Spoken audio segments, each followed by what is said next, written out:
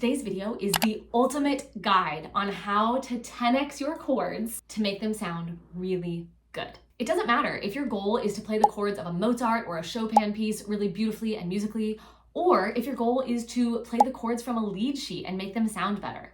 The three things that we're going to talk about in today's video are going to take your chords and make them sound very good like this,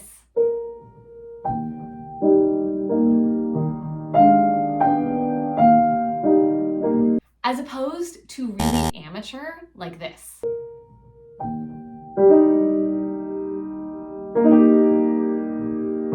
We're gonna dive straight into the three things that make your chords sound really good. But first, I'm Ashley. Welcome to Ashley Young Music Studio, where I'm going to teach you how to practice smarter, not harder. Let's dive in. The first thing you must do in order to 10x your chords on the piano is to pick the correct fingering. And yes, this one is really important. One of the biggest mistakes that I see adult piano players make is being willy-nilly with the fingering that they choose for chords. And it makes sense why people do this. It's easy to just kind of wing it and to think that you'll just use whatever fingers land on the chords. But this does not set you up for success. When you wing your fingering, or you just make it up as you go, or you choose the incorrect fingering, what happens is that, first of all, your brain can't make sense of what's going on. And this is especially true if you are just winging it every time you encounter a chord. But if you've chosen fingering, but the fingering isn't correct and the fingering maybe isn't based on like the proper chord technique, then it can kind of make the shape of your hand not work with the shape of the chord. And this sets you up to play chords really slowly, to make them sound really uneven, and to just overall have a really hard time playing chords. Ultimately, we want to set our hands up with fingering that supports us in making the shape of the chord and in also remembering the shape of the chord. The best way to do this is to practice some of the chord progressions that you'll find in a scale book and make sure that you follow the fingering that they have written down. So I'm going to show you how to do this. This is just Alfred's basic book of scales, chords, arpeggios, and cadences.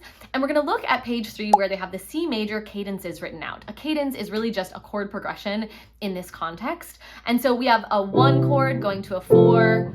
This is really just, if you don't know the theory behind it, that's okay. It's just a basic chord progression. And it's using chords that you're going to find in music often. Now, what you'll notice in this book is that they have the fingering written in. So I know that both of these chords are played with 1, 3, and 5. These are root position chords, when the chord looks like a little snowman. Now, when I go to the next chord, you'll notice my right hand is 1, 3, 5, my left hand is 1, 2, 5, and I'm following what's written in the book. And I would continue to follow the fingering that's written in the book. And I would practice this over and over again, maybe for a couple of minutes each day, following that fingering until it feels really easy. Now, what you'll find is if you go to the next page, the key of G major, I'm going to look at that same exact cadence or that same exact chord progression. It's the same exact fingers, even though the key changed. And what you'll notice is that that's going to be true in all the keys. The chord fingerings stay the same, even though the key signatures are changing. And what you learn here is the most common and the most appropriate fingering for these chords in these inversions, in these orders. And every time you practice something like this, it starts to build up your memory of what is the most common fingering that makes sense for proper piano technique, that makes sense for the chords that come before and after to use on these chords. And you start to get this like little memory of the types of fingerings that are appropriate for chords.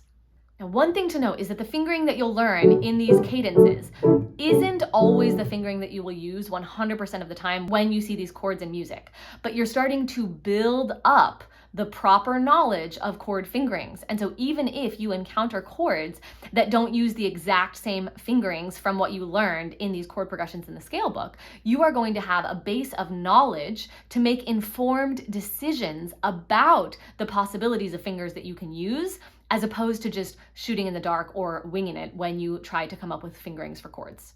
I actually have a video where I show you all of the fingerings to use for chord inversions, and it has a free PDF of the fingerings that go along with it. So I'm going to link that on the end screen of this video when you're all done, and I'll also put it in the description. The second thing that you must do if you want to 10x your chords and make them sound really good is to get the shape of the chord into your muscle memory. I'm going to show you exactly how to do this, but first, if you are finding this video helpful, go ahead and give it a thumbs up, copy the link, share it with a friend or another group of adult piano players, and make sure that you are subscribed to the channel because I release videos like this every single week that help you learn to practice smarter, not harder, which shortens the amount of time it takes you to learn how to play beautifully and musically. I'd also love to know why you are trying to make your chords sound better. Like, what piece are you working on or what are you trying to overcome? Comment below and let me know. Chords are not made up of individual notes. Chords are patterns. For example, the C major chord always has C, E, and G in it.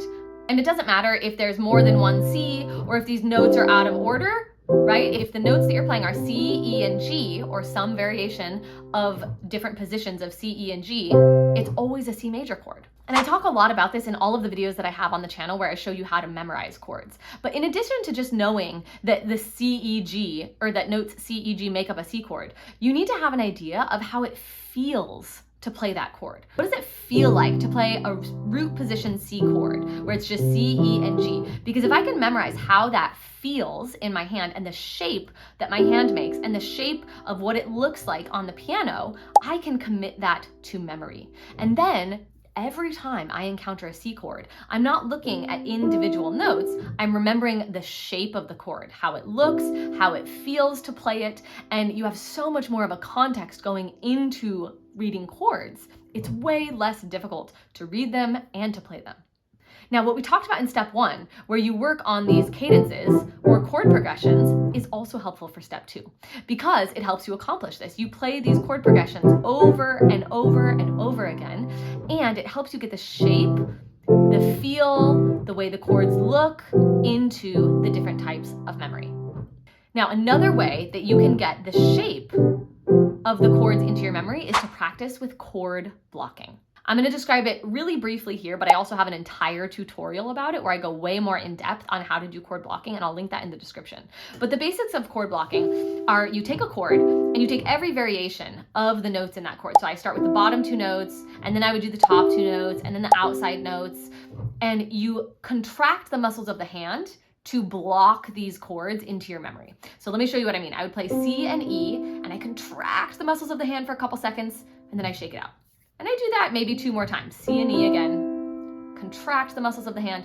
And when I do this 1 more time, I'm really like solidifying in my muscle memory what this chord feels like. So I did the bottom 2 notes. Now I'm going to do the top 2 notes. Contract, shake it out. Again, contract, shake it out. Do it a couple more times. And then the outside notes. Contract, shake it out. And you do that about 2 or 3 times. You always stop and don't do this method if there's pain. And once you've chord blocked or contracted every variation of the notes in that chord, your hand can make that shape before you even get to the notes. It's like your muscle memory now knows exactly what it feels like to play that chord. And so chord blocking is a very effective revolutionary practice method to get chords, the shape of the chord, into your memory. The third thing that you must do in order to 10x your chords to make them sound really good is to master the voicing. And this happens 2 ways. This happens with the chords as the accompaniment or as chords with the melody on top. Let me show you both. Let's look at chords as accompaniment first. This happens in Chopin's Nocturne in E flat major. The melody is in the right hand and the left hand is playing chords that are the accompaniment. And because these chords are the accompaniment, you want them to be quieter than your melody. And you want to practice this in a very exaggerated way. So I would play the left hand by itself, and I would try to play these chords as quietly as possible while still having a good tone quality.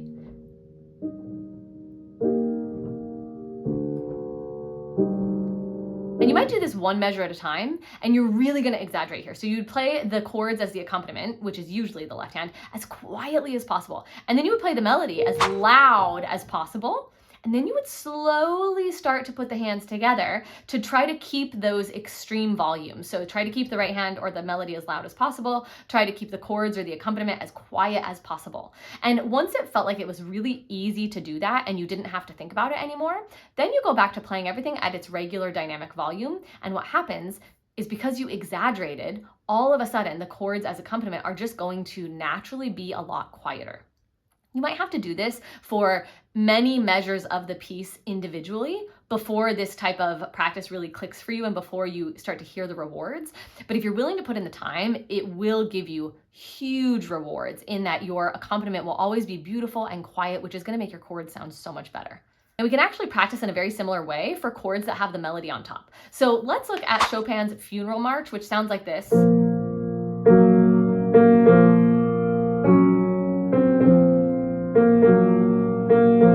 Now, there's chords in the left hand as accompaniment, but there's also, like, the right hand is actually technically playing chords. It's always playing 2 or 3 notes together. Okay? And so the way that we practice this is that we want to make that melody, again, as loud as possible, and all of the accompaniment, all of the chord as quiet as possible. So we practice the chord by itself. So we're going to leave out the melody note. And we make this as quiet as possible. And then we practice the melody as loud as possible.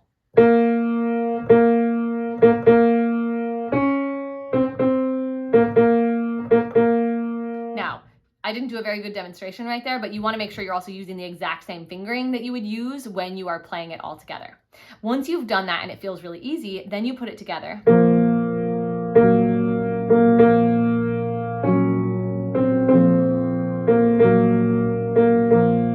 Making that melody as loud as possible and the chords as quiet as possible. Now I have a whole video where I talk way more in depth about voicing on the piano. I'm going to link that in the description as well so that you can really dive in and master this concept of voicing. Because voicing is often the difference between an okay piano player and an amazing piano player. And voicing is especially important when we're talking about chords and where is the melody in relation to the chords. So you want to make sure that you practice voicing regularly until you master it in your pieces, because it's going to give you a much higher level of musicality. I'm going to put that video for voicing on the piano right here on the end screen. And I'm also going to share a PDF with you that is all about the inversions of chords and which fingers to use. This is going to help you with the first thing that we talked about in today's video. You can download it completely for free and know exactly which fingers to use for chord inversions. You can grab the link to the voicing video and that free PDF right here on the end screen. Happy practicing.